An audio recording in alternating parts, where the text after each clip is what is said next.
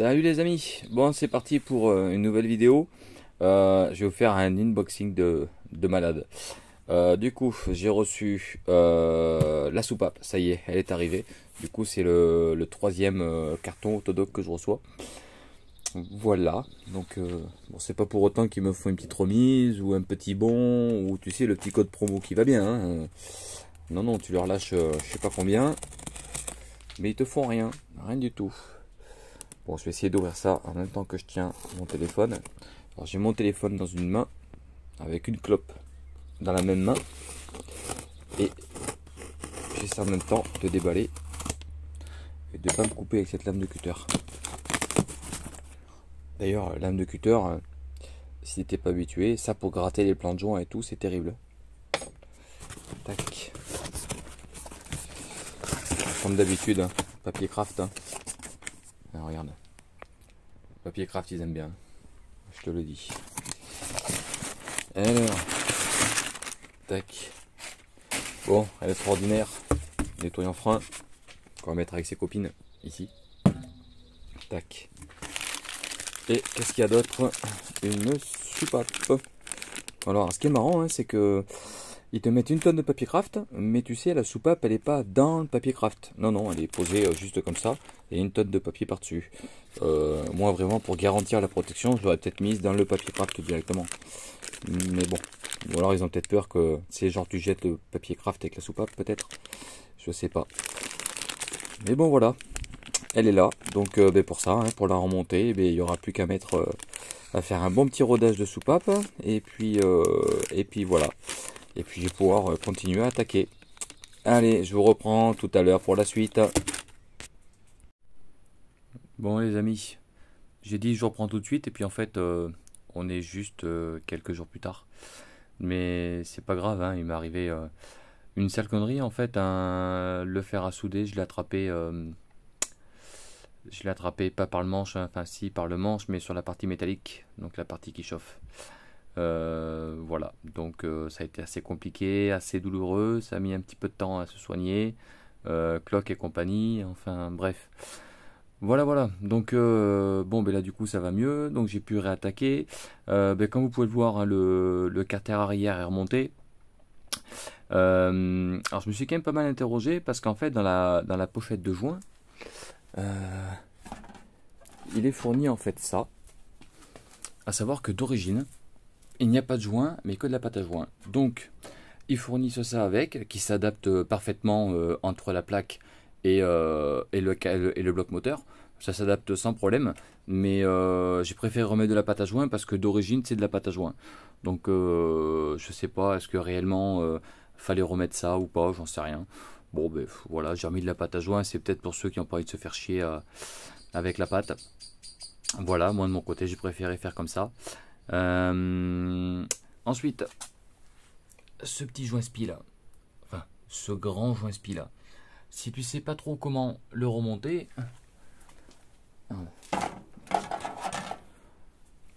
moi j'ai une astuce en fait, c'est je prends le vieux que je viens mettre en fait contre comme ça là, et après avec la masse, enfin, je prends une masse moi parce que comme ça ça permet d'avoir une partie plutôt large en fait pour taper. Je viens taper tout doucement et ça me permet de rentrer mon joint spi.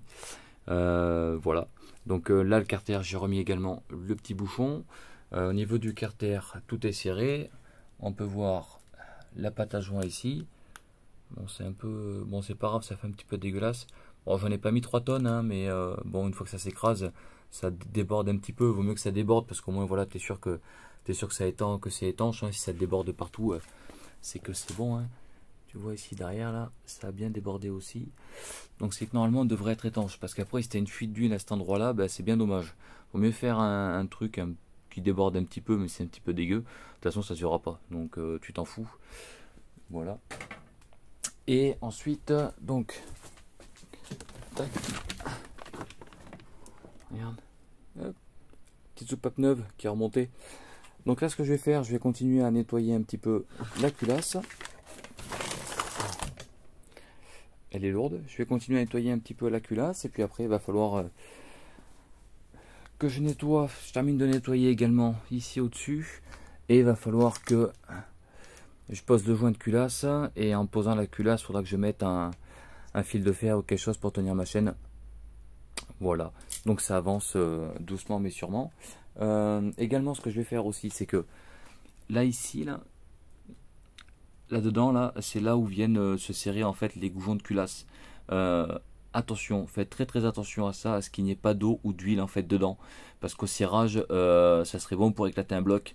Donc en fait, ce que je vais faire, c'est que je vais prendre une seringue. Hop, tiens, regarde, tac. Je vais prendre une grosse seringue comme ça là. Tac, je vais mettre ici dedans là, si y en a une toi aussi, et je vais vider en fait tous les trous. Voilà, pour être sûr. Je pense pas qu'il y en ait beaucoup, mais bon, je préfère quand même vider, nettoyer, passer un coup de soufflette dedans pour être tranquille. Et puis voilà.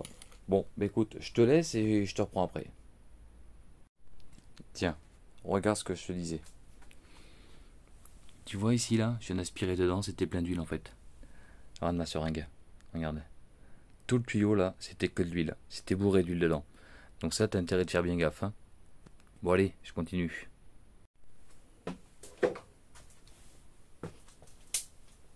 Alors les amis, on n'a pas bien avancé là? Il est pas joli ce bloc moteur? Hein? C'est presque tout neuf. Maintenant on va s'attaquer au joint de culasse. Eh oui, parce qu'il faut bien le poser. Le joint de culasse et après la culasse. Allez, c'est parti. Ah, le bouchon il a volé, c'est rien. Alors par contre je ne sais absolument pas comment je vais m'y prendre.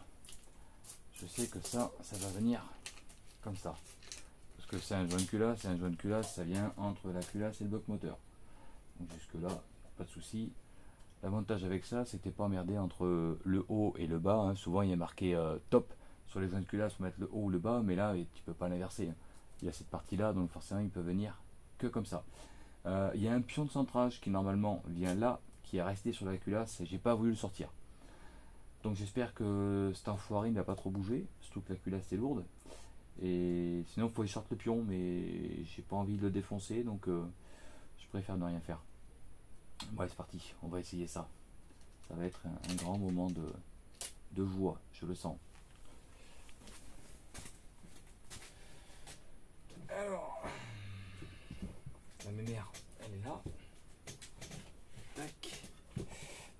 Là.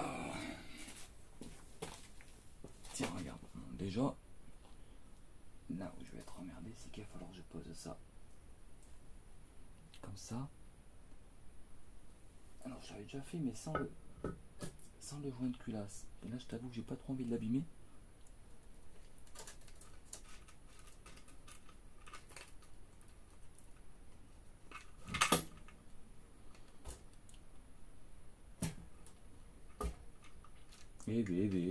Reste là, toi. Oh, tu t'es cru où, là? Hein, tu veux pas rester avec nous, c'est ça? Attends, je suis en PLS avec un joint de culasse. Alors, tu parles d'une galère, toi. Après, quand t'es à deux, bon, ça va. Tu peux arriver quand même à t'en sortir. Mais alors, quand t'es tout seul, eh bien, quand t'es tout seul, tu te démerdes tout seul. Tac. Tu sais quoi, j'aurais dû me préparer, tu sais, genre un petit fil de fer. Ou un truc comme ça pour choper cette putain de chaîne. Il va y avoir une astuce à mon avis beaucoup plus simple, hein, mais bon, bien sûr, je n'ai pas cette astuce.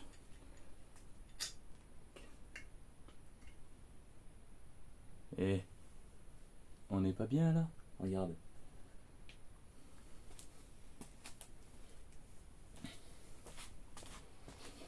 Tac, alors. Après il va rester encore un tendeur à mettre ici, hein. De toute façon, c'est pas fini encore, il faut mettre les supports d'arbre à cam, tout ça. On a encore un petit peu de taf, mais bon, on a fait le principal déjà. Hein, regarde. Impeccable. Et maintenant, il faut s'envoyer les goujons. Hein. Les goujons, il faut les envoyer un par un. Et puis voilà. Allez, go, c'est parti. Alors.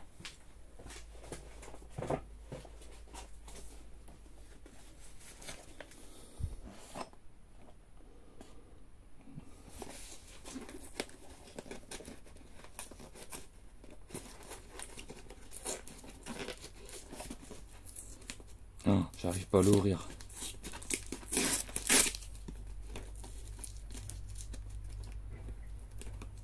Tac. Allez, hop, hop.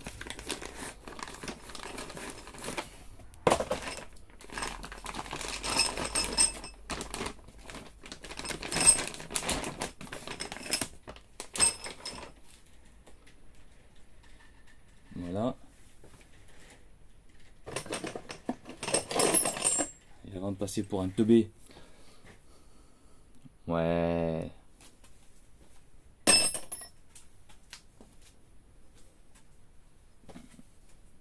Alors, regarde.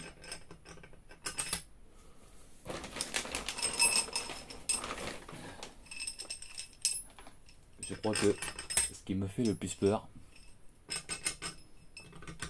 c'est les couples de serrage monstrueux.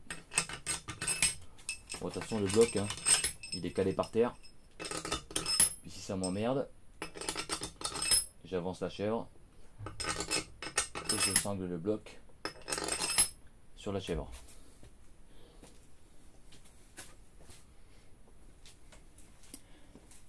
Parce qu'au début, je m'étais dit, si vraiment je vois que ça force trop ici, bah, je remettrai un coup de serrage une fois que le bloc est dans la caisse, mais ça m'obligerait à remonter les arbres à cam, tout ça, à la fin. Et j'ai pas envie de me faire chier à remonter le moteur pour être après emmerdé sur le calage ou quoi que ce soit. Je préfère tout faire dans le garage, à l'abri, tranquillement. Donc je vais serrer mon bloc, enfin je vais serrer ma culasse directement par terre. Ah, les coupes de serrage, je sais plus ce que c'est 90, après angulaire, après c'est encore du couple, après c'est encore de l'angulaire. Je sais plus, il faut que je regarde encore, faut que je regarde sur la revue technique ce qu'ils disent. Alors ensuite, on va sortir la petite toupie. Sur la petite toupie, on va y mettre. Alors non, c'est pas celui-là. Il est où? Il est où? Il est où? Il est où? Tac. Tac. Et là, heureusement, j'ai enlevé dedans toute l'huile.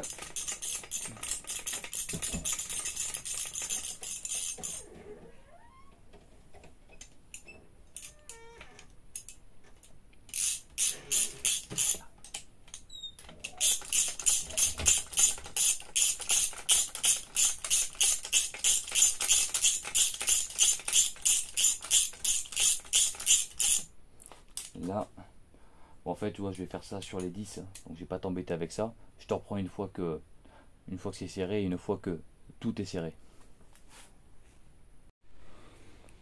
Bon, les amis, je viens de commencer à serrer cette culasse.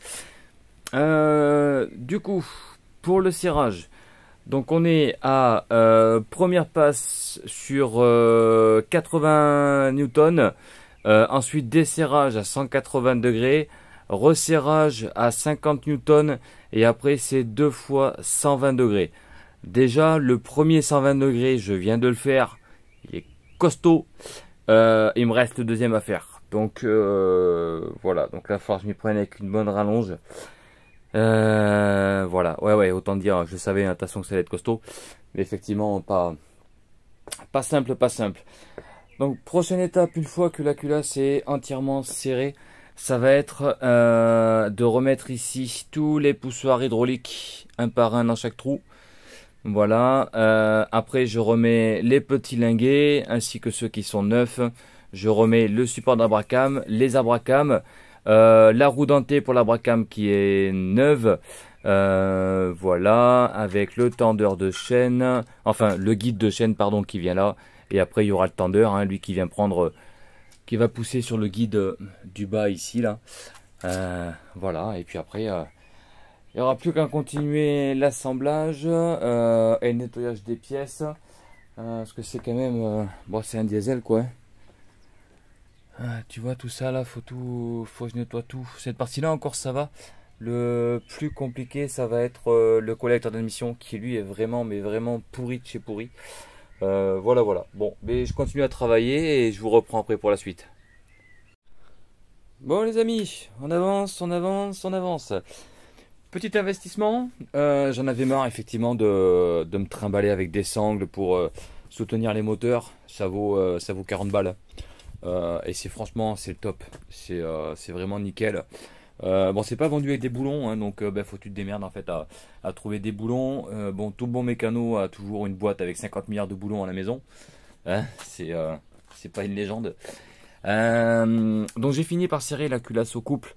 Ouais, bien costaud. Le premier 120 degrés passe bien. Le deuxième est quand même très hard. Donc le dernier serrage à 120 degrés. J'ai dû en fait poser le bloc au sol, maintenu par la chaîne. J'ai sanglé ici sur la chèvre, j'ai sanglé derrière sur la chèvre, et j'ai sanglé également ce côté-là sur la chèvre pour être sûr qu'il ne bouge pas. Voilà, j'ai remis ici en dessous là tous les poussoirs hydrauliques que j'ai nettoyés. J'ai tout remis. Là du coup tous les linguets sont en place. Et bien ici, hein, du coup, sur le cylindre 2, c'est là où tous les linguets avaient pété. Donc voilà, c'est pour ça qu'il y en a 4 neufs. Qu'est-ce qu'il me reste à faire? Ouais, il me reste à remettre toujours le guide qui vient ici en haut. Une fois que j'aurai mis le guide, je vais pouvoir après poser mon arbre à cam. Enfin, mes arbres à cam avec le nouveau support. Voilà. Bon, ben, je continue encore à avancer et je te reprends. Bon allez, c'est parti. Déballage du support d'arbre à cam qui effectivement est quand même bien protégé. Je l'avais regardé rapidement quand c'était arrivé et j'espère qu'il est en bon état. Bon, de toute façon, quand j'ai passé ma commande, j'ai pris une petite assurance qui me permet de retourner facilement un petit peu tout ce que je veux. Ouais, j'ai préféré faire ça parce que bon, c'est en Allemagne et puis sait-on jamais. Tac. Alors, comment ça se présente? Eh bien, ça se présente pas trop mal tout ça là. Tiens, regarde, le petit carton va me servir de support. Hop. Tac. Donc là, l'idée, ça va être que je défasse en fait tous les petits paliers qui sont là. Donc, je vais commencer par le faire tout de suite. Tac. Tac. On va prendre du E8. Allez. Normalement, ils n'ont pas serré ça fort. Ah, quand même, hein. Vous avez peur que ça s'envole. Il va être comme neuf, ce petit moteur. Bon, déjà, je pense qu'il va retrouver un petit peu de pêche aussi. Bon, moi, j'ai jamais roulé avec, donc je sais pas comment il fonctionnait avant. Mais quand je vois le taux d'encrassement qu'il y avait au niveau des conduites d'admission, je me dis que c'est pas possible. Il devait polluer à mort. Il va avoir aussi peut-être une petite perte de puissance. Bon, en même temps, il est encrassé, c'est normal. C'est une femme qui roule avec. En plus, c'est un boîte automatique. En plus, c'est en région urbaine. Le cocktail parfait pour encrasser un véhicule. Il n'y a rien de mieux. Tu prends un véhicule diesel, dessus tu mets une boîte automatique, tu mets une femme au volant, tu mets une région urbaine, avec des bouchons tous les matins, tous les soirs, et tu te retrouves avec un moteur complètement encrassé au bout de 120 000 bornes. Bon, tu vas me dire, hein. Non, c'est carrément retrouvé avec une chaîne pétée hein, au bout de 120 000 bornes. Donc, je crois qu'il a 120 000 d'ailleurs. Je sais pas, j'ai pas regardé. Bref, tout ça pour dire que les diesels, c'est bien, mais sincèrement, faut taper dedans régulièrement. Et savoir qu'un diesel s'encrasse toujours, enfin, en tout cas, c'est ce que j'ai appris, ça s'encrasse toujours par les injecteurs. L'injecteur qui commence à se boucher ou à se dégrader, mauvaise pulvérisation de carburant, donc de gasoil.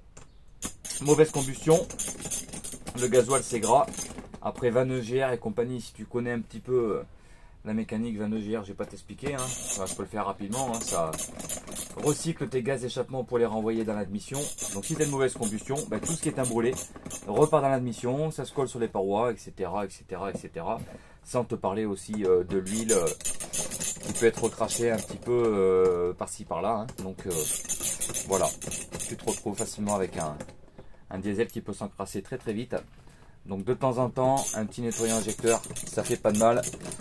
Ou si tu n'as pas envie de te casser les pieds à acheter des produits, bah, tu décrasses ton véhicule régulièrement. Voilà. Il n'y a pas de solution miracle. Hein. Je suis en train de faire un monologue. Tac. Mais bon, c'est histoire de meubler un petit peu le temps que je dévisse tout ça. Hein, parce que bon, sinon, bah, tu vas vite attraper le curseur et dégager tout ça. Tac. Bon, on approche, on approche. Donc là l'idée en fait c'est d'abord je vais poser dessus et je sais pas si réellement je peux contrôler que mes arbres à cam sont bons. Faut que j'arrive à les faire tourner librement dedans. Enfin, en fait je sais pas trop comment les contrôler. Je sais pas trop. On va voir. Bon, en tout cas ils sont pas cassés. C'est déjà ça.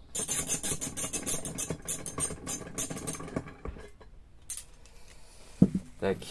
Bon, alors, je vais garder tous mes petits paliers ici là. Même s'ils sont numérotés, je préfère comme ça, je suis tranquille. Ça, je vais l'avancer un petit peu comme ça. Alors, tac. Pour montrer rapidement, ici là, comme tu peux le voir là, ici là, tu vas avoir deux repères. Et en fait, sur l'autre arbre à cam, tu as un repère qui vient ici au milieu. Et ce qu'il y a de bien, c'est que plutôt que de t'éviter à démonter en fait cette poulie, de toute façon on va la démonter hein, parce que je vais mettre une poulie neuve, tu as un repère qu'ils ont fait à l'intérieur là. Voilà. Et je vais avoir intérêt de passer un bon coup de soufflette dessus parce qu'il y a plein de merde qui se sont mis. C'est quand même pas terrible. Attention les oreilles.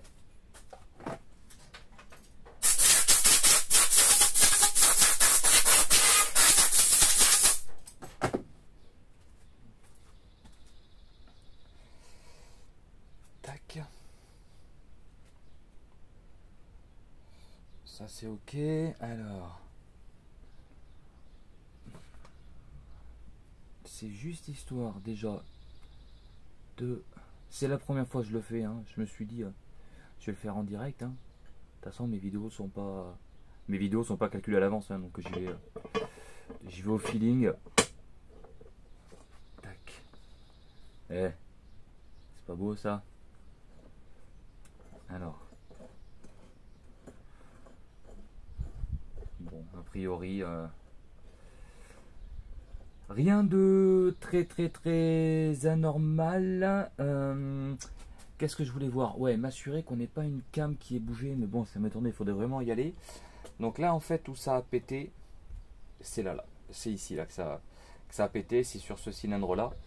Où effectivement, les linguets ont sauté. Si les linguets ont sauté, c'est que les cams étaient, à mon avis, vers le bas, donc soupape ouverte. Non, il n'y a rien. Il n'y a rien du tout. Il n'y a rien du tout, ce qui est plutôt cool. Hein. C'est plutôt une bonne chose. Hein. Donc là maintenant, ce que je vais faire, c'est que... Hop, alors... Je vais les enlever. Parce qu'il va falloir quand même que je les nettoie. Je vais les laisser là exactement comme ils sont. Si ça veut bien, si ça veut pas, ben c'est pas grave, hein. Je remettrai le repère. Donc, de toute façon, ça c'était neuf, hein. Donc on est ok. J'ai quand même assuré que ça soit bien ébavuré. Et ça me fait toujours délirer ces trucs parce que tu sais, on est tellement habitué à ce qui est des. Alors pas là-dessus, hein, mais quand tu poses des coussinets pour les vilebrequins, pour les bielles, tout ça. Et là tu vois que ça en fait c'est directement comme ça dessus. Mais bon, je regarde quand même m'assurer que ce soit bien ébavuré. Normalement, oui, hein, puisque la marque, c'est pas trop de la merde. Mais bon, on sait jamais, on n'est pas à l'abri. Là, qu'est-ce que je voulais? Tac. Regarde. Petit. Petit bidon d'huile Noroto. Pour Pour information, Noroto ne fabrique pas ses huiles. Donc le fournisseur c'est Total. Voilà, ça intéresse certains ou pour ceux qui se posent des questions. Tu prends un bidon Total, un joli bidon. À côté, tu prends un bidon Noroto. C'est exactement la même huile dedans. Voilà, ce qui change c'est le bidon. Ah, le bidon il est plus joli, hein. Ça c'est sûr, mais sinon c'est exactement la même huile. C'est tout pareil dedans. Et moi ce qui compte, c'est pas la gueule du bidon, hein. Moi c'est l'huile qu'il y a dedans qui m'intéresse. Bon, même si Total, hein, effectivement il y a mieux, hein. Mais je vais te dire, pour faire la première partie du rodage, on va dire, allez, pour les 1000 premiers kilomètres, ça ira très bien. Et puis après je mettrai, je pense, de la casserole. Pourquoi de la casserole? Parce que j'aime bien la casserole, c'est tout. J'aime bien. C'est pas le bidon, hein, qui me plaît, c'est que j'aime bien la casserole. Tac.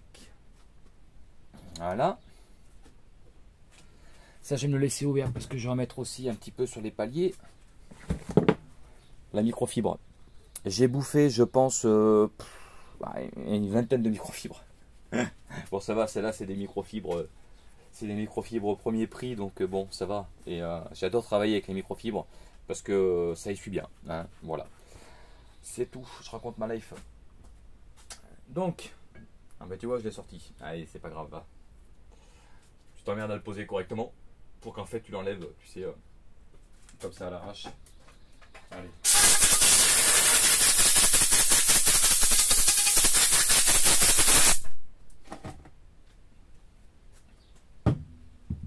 Tac. Celui-là, normalement, il était propre aussi.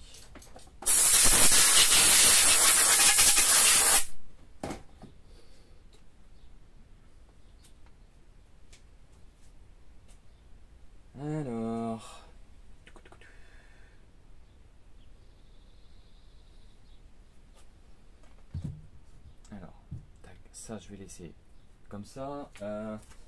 Qu'est-ce que je voulais voir?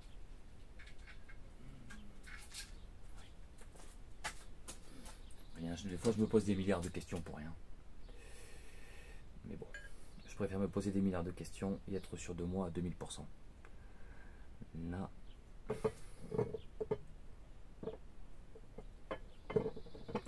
Je me suis mieux pris tout à l'heure, hein. Mais bon, c'est pas grave. Voilà. Alors, repère. Alors, repère. Voilà. Tac. Comme ça, là, on a bien nos petits repères. Tac. Je tourne un petit peu histoire que l'huile se mette vraiment partout. Voilà. Ok. Et toi, pour info, je trouvais que mes arbres à cam étaient comment dire, j'ai trouvé un petit peu serré sur l'ancien support. Sur l'ancien support d'arbre à cam, j'ai trouvé un petit peu serré. Et je me demande si c'est pas s'il n'a pas pris un star. Alors dans le doute, hein, le support comme ça vaut un peu plus de 100 euros. Bon, moi dans tous les cas, effectivement, je l'ai changé parce que l'autre il était fissuré à plusieurs endroits.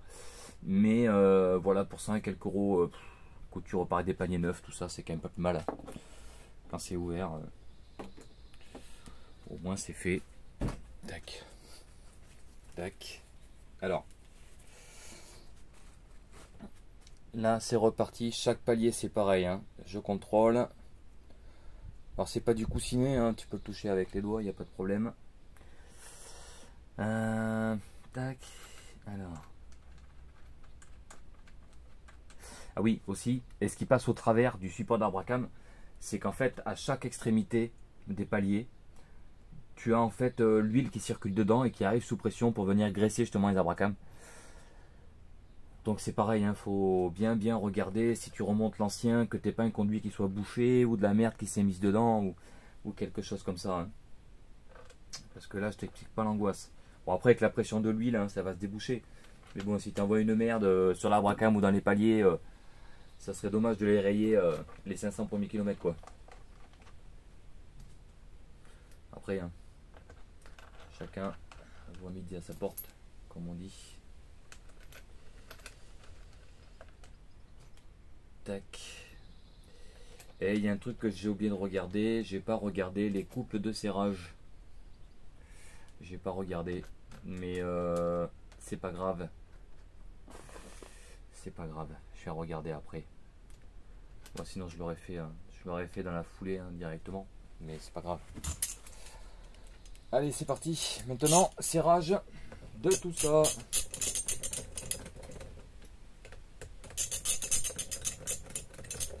Tac.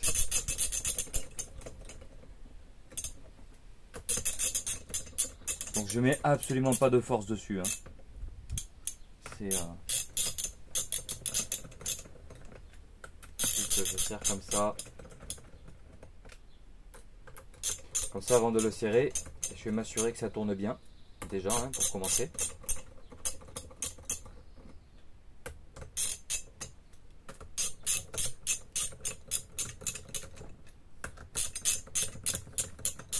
Donc là, de toute façon, il n'y a aucune force qui est exercée sur Zabracam. Hein. La force, elle va venir. C'est ça qui est bien, c'est qu'en fait, tu serres tes paliers. Et ta force, après, elle va venir quand tu vas poser le support dessus.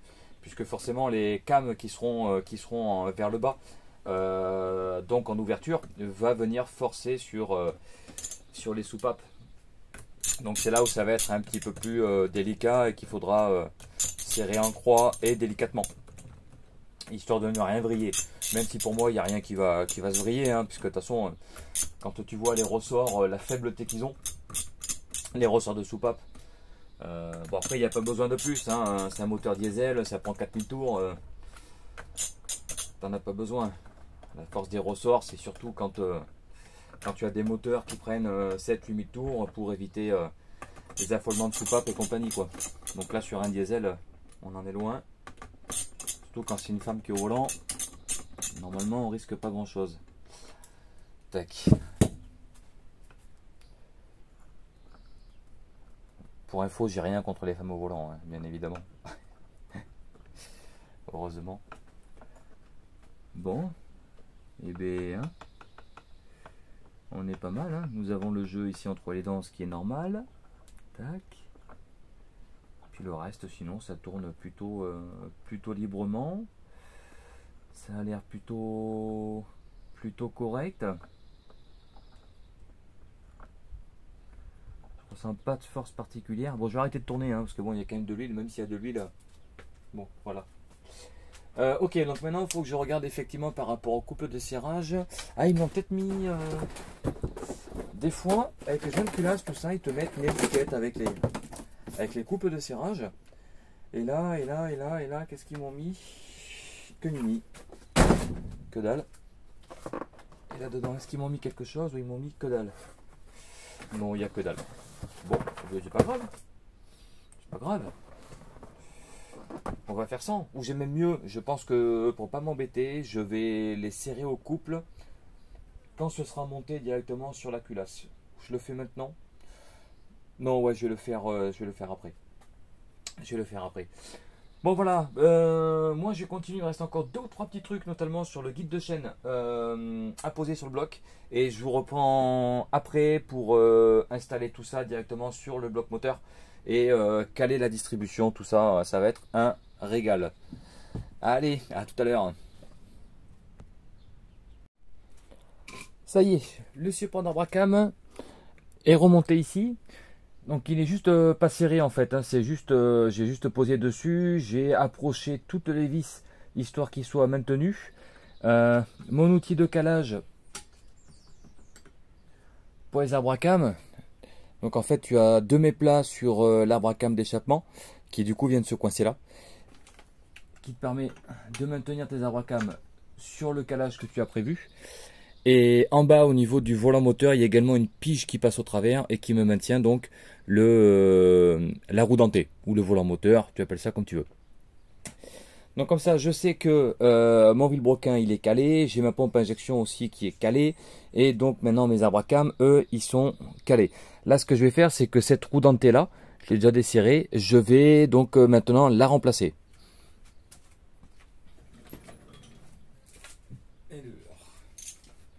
Je l'ai déjà pré-desserré.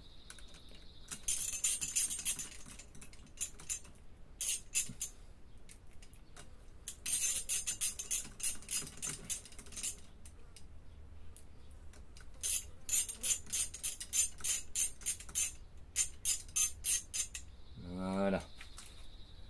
Donc ça, mes vis, du coup, ils sont enlevés. Ensuite, Donc, quand tu achètes un kit complet, hein, tu as une roue dentée toute neuve, hein, qui est fournie avec. Donc autant la poser. Alors, tac, ça on est bon. Ah oui.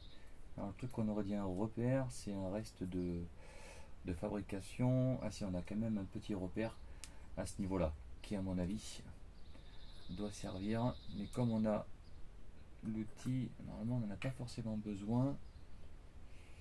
Alors, ouais, c'est que là du coup, j'ai une dent, j'ai un repère de 1, alors que là j'ai un repère de 2.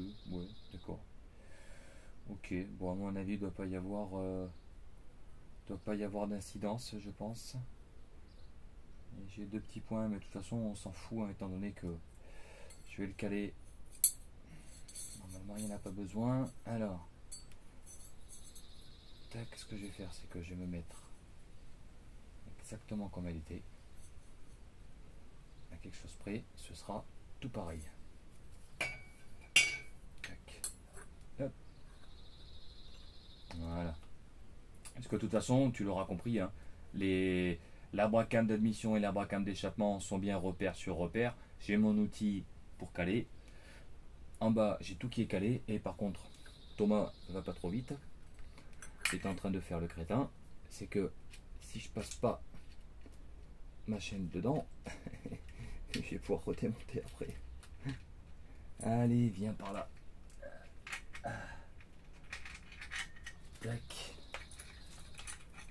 Voilà. Bon, il y a quand même un petit repère sur la roue dentée, mais je pense qu'elle doit servir en fait à ce que quand tu viennes au niveau des vis, à ce que tu sois pile poil au milieu. Parce que tu as quand même un... Faut que je la décale encore. Là. Il y en a qui font des vidéos où ils expliquent super bien le calage. Parce qu'ils en font... ils en font plusieurs, hein, tous les jours. Enfin, peut-être pas tous les jours, mais ils en font régulièrement. Moi, c'est mon premier. Mais bon. Tac. Je vous partage ça comme ça. Hop. Hop. Donc là, pareil. Ce que je vais faire, c'est que... Donc, j'ai toujours mon calage ici. Je suis toujours calé en bas. Donc ça, du coup, ça n'a pas bougé. Je vais uniquement approcher mes vis sur la poulie. Histoire que ma poulie, en fait, ne sorte pas du vilebrequin. Du vilebrequin. De l'abracam. Donc...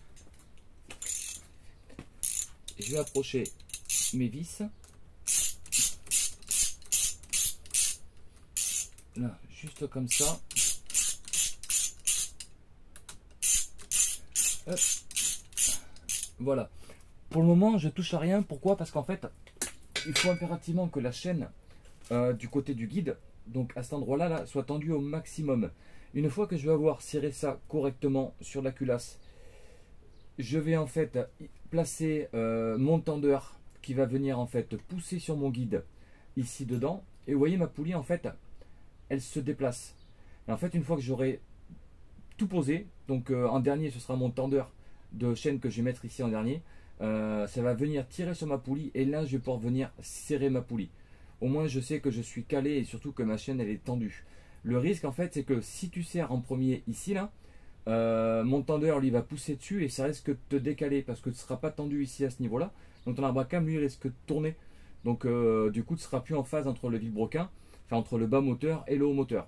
Alors ce sera un léger décalage mais c'est quand même important. Donc ça à serrer impérativement en dernier.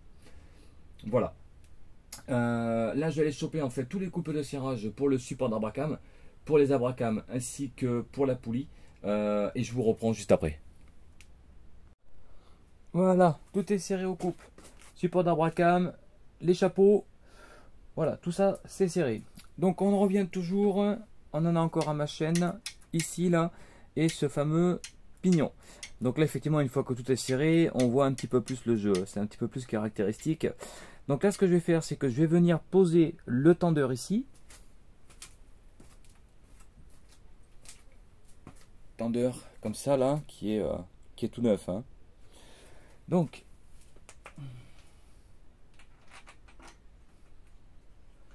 ça c'est pareil, ça fonctionne avec la pression de l'huile. Hein. Voilà, de l'huile sous pression qui arrive dessus et ça pousse en fait comme un poussoir hydraulique, hein. C'est un tendeur de chaîne hydraulique avec la pression de l'huile. Il y a un ressort dedans. Alors, il me faut une douille pour serrer. Je crois que c'est du 24. Hein. Oula, non. Non, Thomas, t'as vu un peu petit là. Ok, on va être sur du 27. Alors, 27, ça y est, j'ai pris du 27 moi. Tac. Bon, c'est bien, j'étais persuadé que j'avais du 27 pourtant. Là, j'ai du 24. C'est du combien ça? 24, enfin du 24 j'en ai, ça il n'y a pas de problème. 30, 32, 21, 30. Ok, bon mais j'ai plus ma douille de 27, c'est impeccable. Alors, c'est pas grave. On va attraper une clé à œil de 27 sur la panne à côté. Je l'ai forcément de l'autre. 21, 23. 30, 32, ça va être un petit peu gros.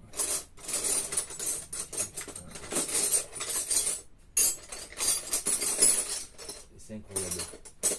Il m'en faut juste une clé. Je vais mettre 10 plombs à la trouver. Voilà. 27 comme ça, hein, ça fera l'affaire. Non, enfin, ça fera l'affaire, c'est vite dit. Hein? Elle est passée où ma douille de 27? Moi, qu'est-ce que j'en ai fait? Ça, je vous en aurai besoin plus tout à l'heure. Bon, elle doit traîner quelque part par là. Mais comme j'ai pas cherché, j'ai rien préparé avant de filmer, je vais pas vous ennuyer avec ça. Donc, là, il est approché. Donc là, je suis complètement à fleur. Hein, il me restera plus donc à le serrer, pardon. J'aurai plus qu'à le serrer quand j'aurai trouvé cette douille. Voilà. Donc ça, c'est approché. Donc là, maintenant, on voit bien que du coup, ça bouge plus, hein, étant donné que, comme lui, il vient de pousser en fait sur le guide, du coup, ma chaîne, là, maintenant, elle est complètement tendue. Donc là, ici, on voit bien qu'on est calé en bas, on est calé en haut. Là, maintenant, mon tendeur de chaîne, il vient bien tendre ma chaîne. Et là, maintenant, je vais pouvoir serrer ma poulie. Je sais que ma chaîne, en fait, elle est tendue.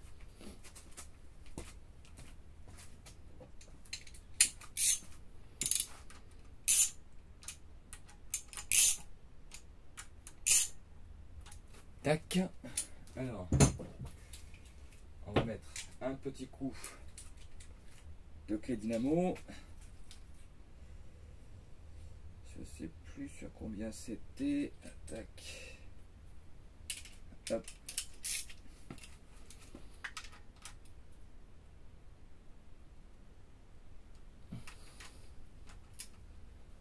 Je ne sais pas si cette clé là elle n'est pas en fin de carrière, parce que c'est quand même bon, il me paraît quand même bizarre cette clé là. Autant avant elle cliquait facilement, autant là j'ai l'impression qu'elle a de plus en plus de mal. Ouais. Ok. Bon, de toute façon on est serré. Voilà. Donc, là maintenant je peux enlever ça. Hop, voilà.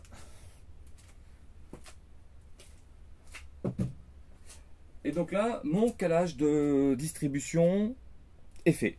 J'étais bien calé ici en bas. Donc niveau huile broquin, c'est ok. Hein, je regarde, tout est serré, tout est calé.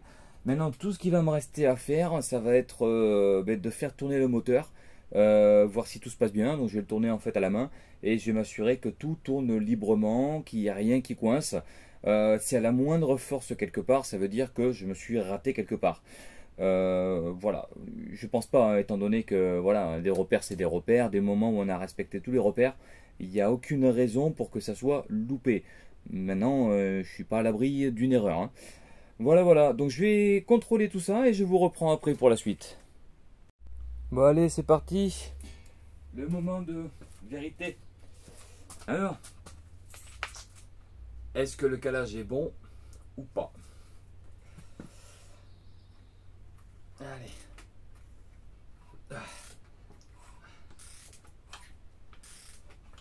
Bon, en tout cas, ce qui est rassurant, c'est que le bougre, il compresse. Hein.